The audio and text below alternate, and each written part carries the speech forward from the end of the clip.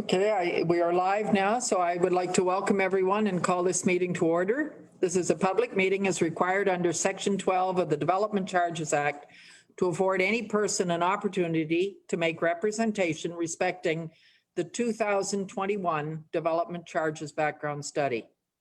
Does any member of council have a disclosure of interest concerning this proposal? Seeing and hearing none.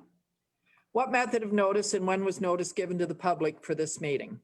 Madam Mayor, notice was given on January the 13th, 2021 through posting to the municipal website and advertising in both the CE Buzz and the Elmer Express.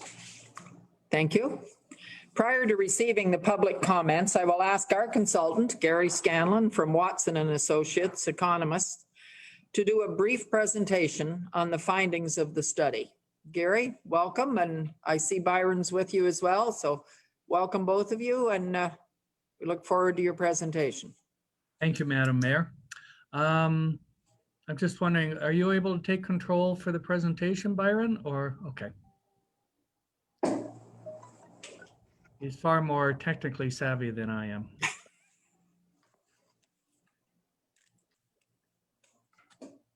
So if we go to the first page. So just quickly, the format for today's meeting is like any other public meeting. We'll go through a process presentation to discuss the findings of the study. And then from that, it's through the chair, open to council or any members of public to make their comments, and then we'll close the meeting.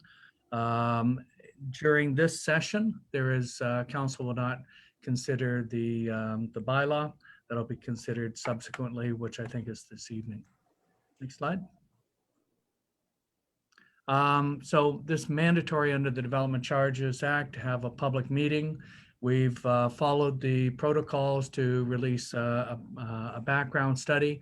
We actually released the background study in March, and we've subsequently issued an addendum, and that's to respect the fact that there have been changes as a result of a provincial review of the Development Charges Act, and we have summarized them in the addendum document and have included them in our calculations. There's also been a minor revision to the growth forecast because the municipality has been going through a process of updating their longer term growth projections. So we have embraced that within our analysis as well. Next slide. And this just shows you the process. We started in early 2020 and released the study in March, and we have subsequently updated it and released the addendum report on January 7th, and we're having the public meeting today. Next slide. Development charges are to recover growth-related capital costs, so it's infrastructure to support development. The second bullet notes that the Act actually splits capital costs into two components. One, which is the developer's responsibility to put in place. So within a subdivision, it may be the roads, sidewalks, street lights, water mains, sewers, etc. Those under the Act are called local services, and that is the developer's responsibility. We have included actually in the appendix a detailed local service policy so that is clear what the developer's responsibilities are. The broader costs are what we embrace through the Development Charges Act, and that's what's contained within our report. Next slide. There's been, when the municipality passed its last bylaw was in 2015, and there was actually a pending piece of legislation at that time called Bill 73, and that went into force as of January 1st, 2015. And then subsequent to that, we've had 3 more bills that have been introduced. And so the combination of that has made changes to the structure of the calculations. The first bullet, no additional levies, that's the local service policy. They call it no additional levies. They want to be very clear what the developer's responsibilities are, and in order to ensure that the charges to the developers respect that category that we've talked about earlier. so it doesn't conflict with our calculations. With annual reporting changes for transparency, the municipality's been carrying that out for several years.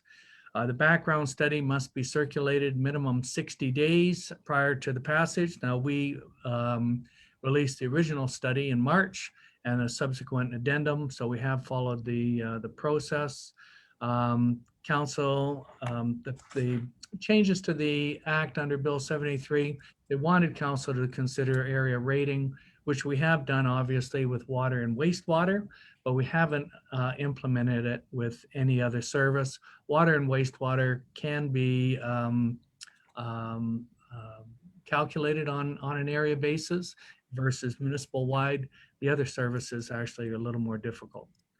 There's a requirement for asset management to be considered as part of this. So there's an appendix that deals with it.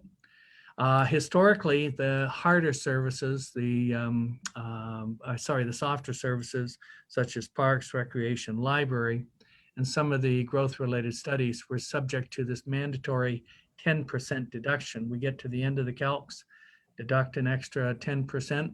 That has been removed recently. So if you look at the addendum report, those deductions are no longer there. Eligible municipal services have been restricted to 20. For the most part, it's a minor impact on the municipality. Basically something like parking, municipal parking we can't provide for. There are allowances to extend the payment period for certain types of development. So if we have nonprofit housing, they can pay over 20 years. So they pay 1/21st of a payment each and every year over 21 years. And rental housing and institutional get 6 payments over basically a 5-year period. The first payment on the building permit, and then on the anniversary, the remaining 5 payments. And then this provision for site plan or zoning amendments. If you make an application, then the rates are frozen as of the day the application is received officially by the municipality. Now, those delayed payments I've talked about, and as well the freezing of the site plan and zoning amendments, the DC applicable to them, they are subject to indexing. So the annually those charges can be indexed to keep relative pace with inflation. Development charge calculations in a very simplified format. Identify the amount, type, and location of growth. With that, identify the servicing needs. There are a number of mandatory deductions if they apply, and then we end up with the net cost and basically divide it back by the growth to calculate the charge. So the charge for res is on a low, medium, high density. So we segregate it by different types of housing types. Non-residential is represented on a cost per square foot. Next slide. There are exemptions that are mandated under the Act. So industrial building expansions, if I have a 100,000 square foot building, industrial only, I can expand that building by up to 50% and no charges payable. If I increase it by 70%, then only the portion that's in excess of the 50% is payable. Then they have dwelling unit exemptions. So if I have an existing home, I can add up to 2 additional apartments in a single family. And as long as I don't more than double the size of the house, then I receive, I'm exempted from having to pay the charge on those 2 apartments. If I'm in a medium density structure or a high density structure, I'm allowed 1 additional housing unit. Now, the last one here is just been recently added, and basically in new housing units, the province has deemed that they would exempt a secondary unit within that home. So if I have a single, semi-detached, or even a townhouse, I can say add an apartment in the basement, and I don't have to pay for that apartment. So you've got a choice, either that's inside the house, or you can add an accessory unit. Let's say you have a detached garage and you want to put a unit above it, then it would allow you to do that as well. Or build a granny flat on the property. So the last major bullet has recently been introduced since September. Next slide. Now, the municipality is quite often councils want to refine or add additional discretionary exemptions, and that's allowed for under the Act. And in Central Elgin's particular case, they do exempt industrial uses, non-residential farm buildings that are bona fide farm uses, and then places of worship. So these are under the current bylaw that's in effect as of today, and it continues. We've continued those in the new bylaw. Next slide. These are the current charges. So you can see we have two different approaches. We have a municipal wide charge. So you can see that, well, services related to a highway would be roads or public works. Fire, we've got Parks and Rec, library, and growth studies. And that totals about almost $4,800 for a single detached. You can see that smaller units, multiples, which would be townhouses, have a lower charge, and apartments have an even lower charge. And then on the non-residential side, we have a cost represented on a per square foot of the building size. Then we have our water and wastewater charges, and basically they are vary a little bit across the different service areas. And you can see in certain cases, there may be just water and a growth-related study charge. Or on the other side, such as Port Stanley, we have a full service. We have wastewater, water, and admin. Next slide. So as I say, we had originally released the study in March of last year, and then we've updated it to take into account several things. So the growth forecast, for one, has been updated based on the recent study that is being undertaken on behalf of the municipality. So there's slight adjustments, and those are detailed in the addendum report. The capital projects, there's a couple of refinements to projects, specifically in the water and the wastewater area. And then we've revised the overall calculations to conform to the latest and greatest legislation. So for the most part, the removal of certain services and the removal of that 10% deduction. One thing I'll note is that the municipality's bylaw would have expired during 2020, but the legislation was passed to give the municipality an extra 6 months because of COVID, and because in the early stages, municipalities needed time to readjust to this new environment. They extended the deadline, and actually the bylaw is valid until tomorrow. So we're coming in just under the wire, but we're still conform to the legislative provisions of the province. Next slide. The growth forecast revised, you can see that the black is the historic level of building activity. Into the future, we expect somewhat higher activity on average. The dark gray is singles, so low density development. The light gray is your medium density, and the orange is the high density development. Translating that into time horizons and population, you can see over the 10-year period, we've provided for about 1,100 units, about 1,700 persons, and about 370,000 square feet of additional building space. Over the long term, you can see we're providing for about 9,800 people in about 4,600 units and about 1.1 million square feet. The bottom area just shows you the provisions in each of the individual communities where water and wastewater will be provided. Next slide. And this just summarizes the services we've included. The municipal wide, once again, is the roads, fire, parks, recreation, library, and we have a category called growth-related studies. Slight adjustment the way we approach it as required by the Act, but there's still a provision for that component.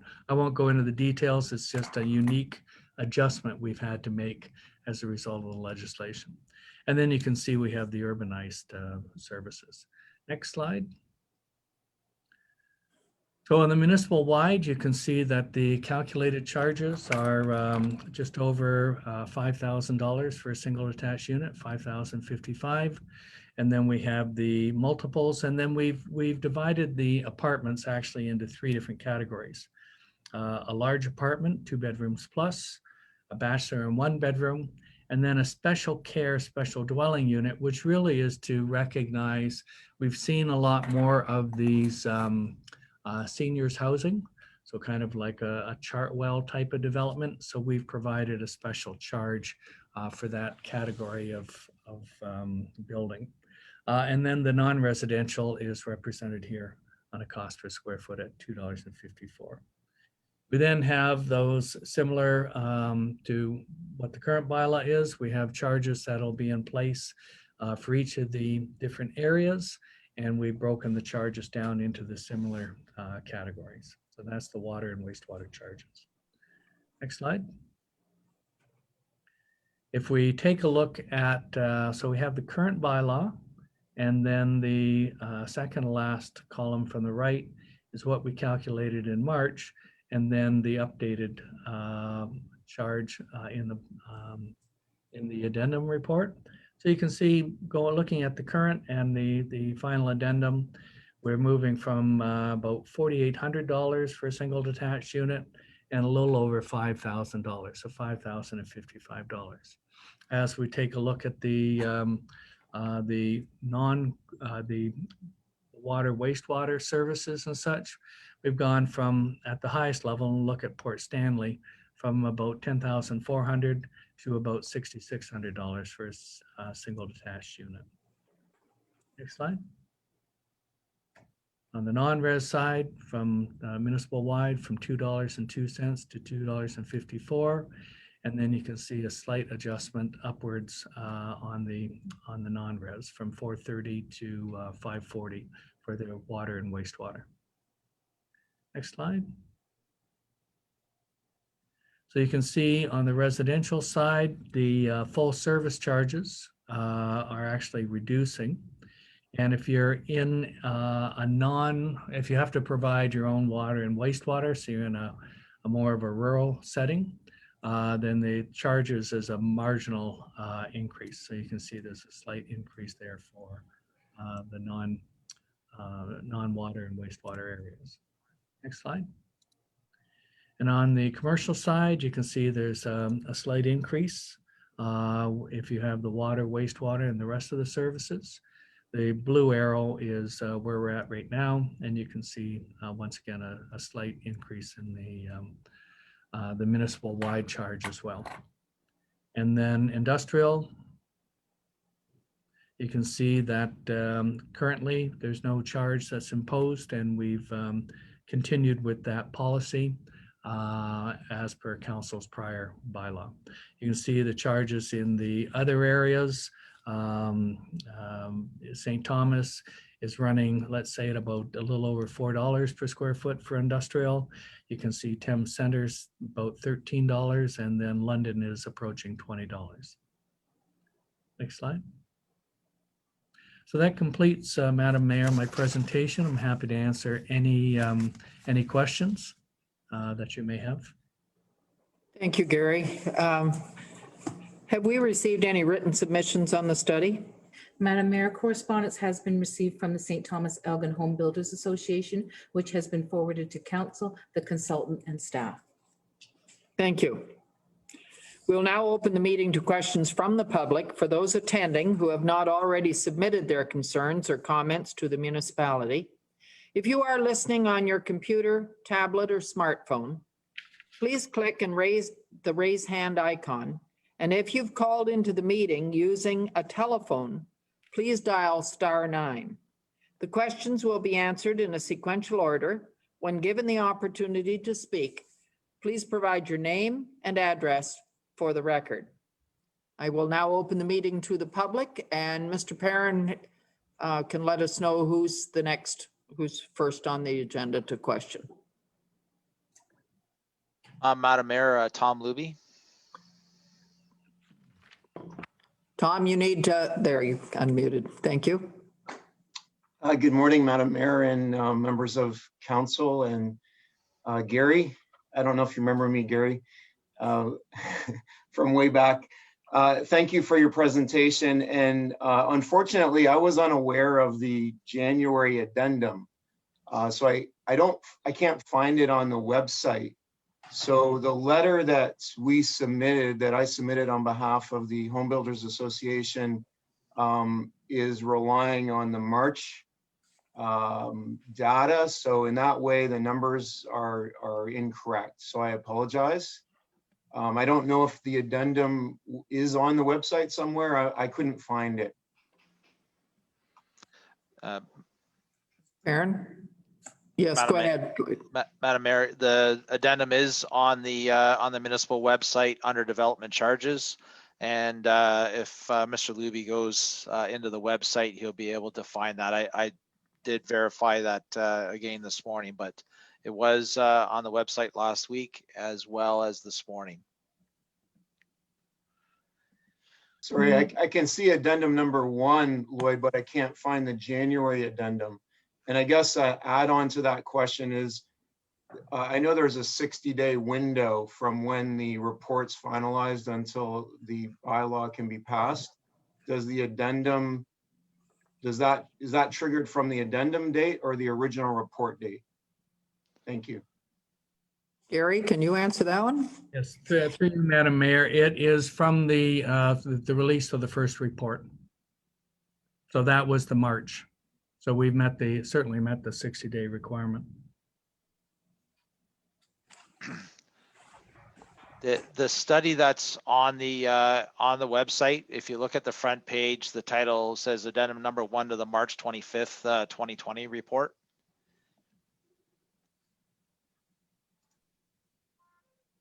Yeah, but the date says January 2020. Is that an error? Yes, it is. Yeah. Yep. We apologize for that. Okay, so this is actually the January 7th, 2021 study. Addendum. Addendum. Yes. Yep.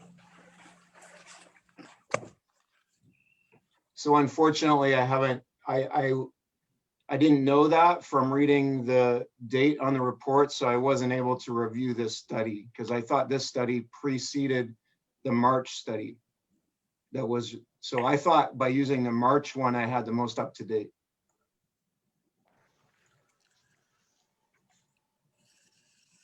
Through you, Madam Mayor. Go ahead, Gary.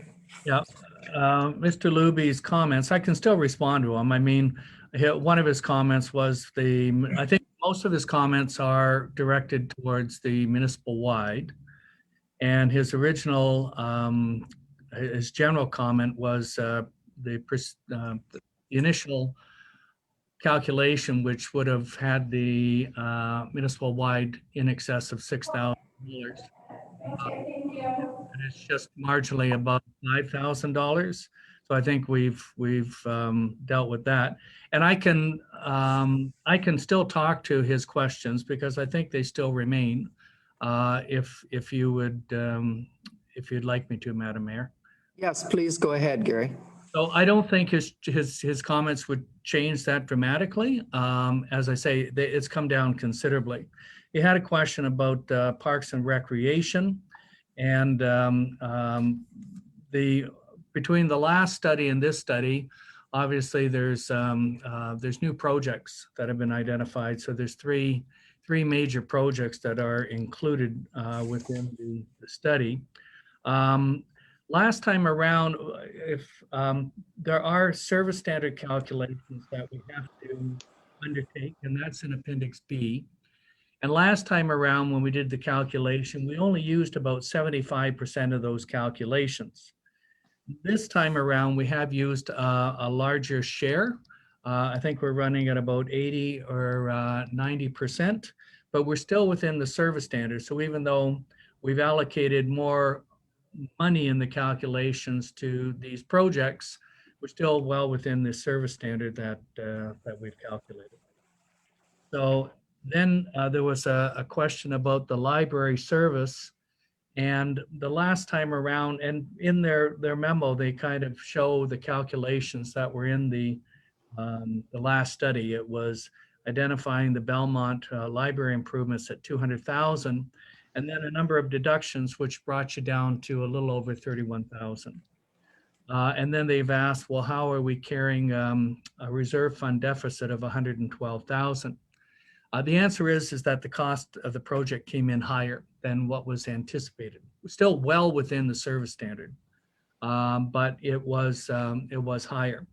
And we've just gone through to do the same calculations as before, and it ended up with a net amount of 136,000.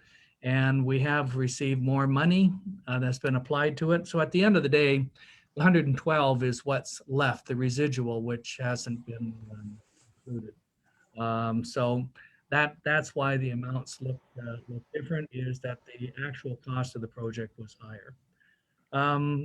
There's a question about the harbor secondary plan, 450, and wondering why is this attributed, the entire cost being attributed to growth.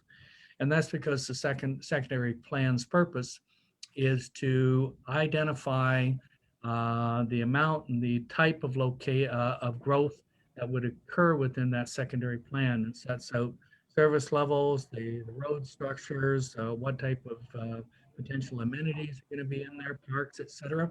So the secondary plan folds once adopted by council into your official plan. So that study is fully to embrace the potential for growth to occur in that area.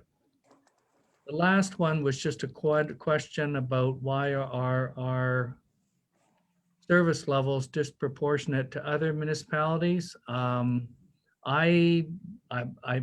don't know which municipalities were being pointed to, but I do know that some municipalities buy their own equipment and use it. Other municipalities may contract the services. So for snow plowing or whatever, having graders and such, other municipalities would potentially contract out. So they may not include as many vehicles.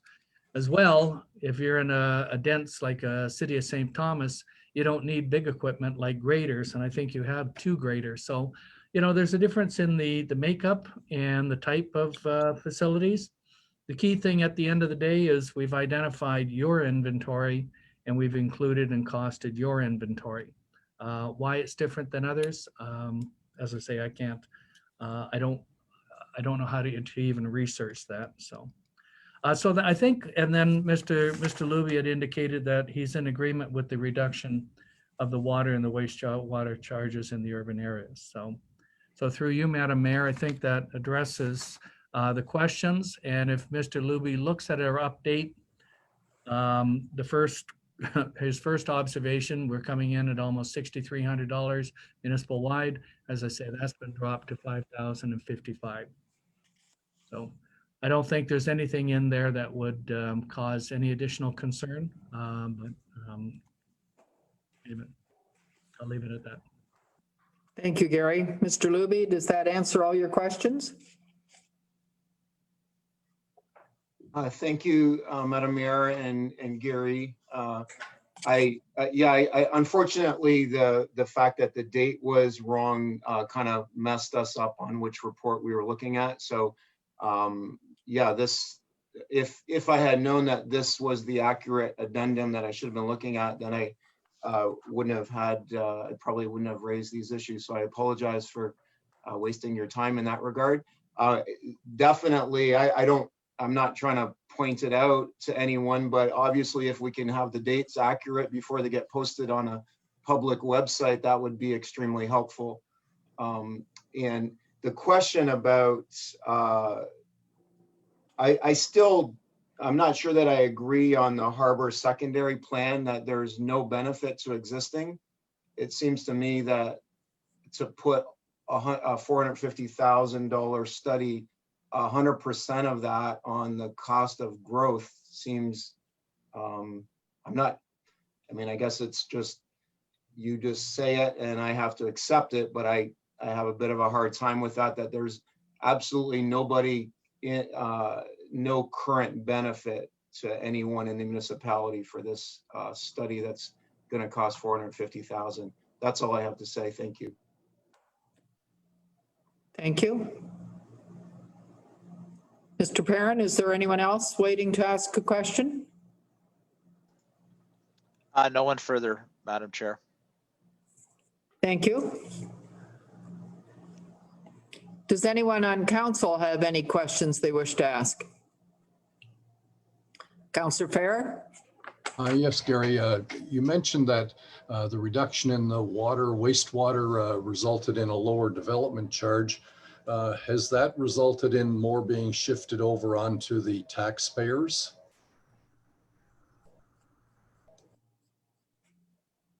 You're muted, Gary. Yeah, I think that's the quote of 2020. You're muted, so I apologize for that. Yeah, no, in part, it's just a reflection of some of the work has actually been constructed and has been paid off. And then some of the, we've had additional areas included into the servicing. And with those units and the incremental cost of bringing those units on hasn't been as significant as some of the others. So at the end of the day, it certainly is not a shift from growth over to non-growth. It's just a function of some of the infrastructure being paid off from last time. And then the, as I say, more development in certain areas being pulled into the calculations. Thank you. Anyone else have a question? Is there any other member of the public present that has a question? No, Madam Mayor. Thank you. So everyone has been given a fair opportunity to be heard. If there are no further questions, please be advised that any person wishing further information on the actions of council regarding the passing of a bylaw on the proposed development charges should email Diane Wilson at dwilson@centralelgin.org and provide their name and address. This meeting is now concluded. A bylaw will be considered at a future meeting of council. Thank you.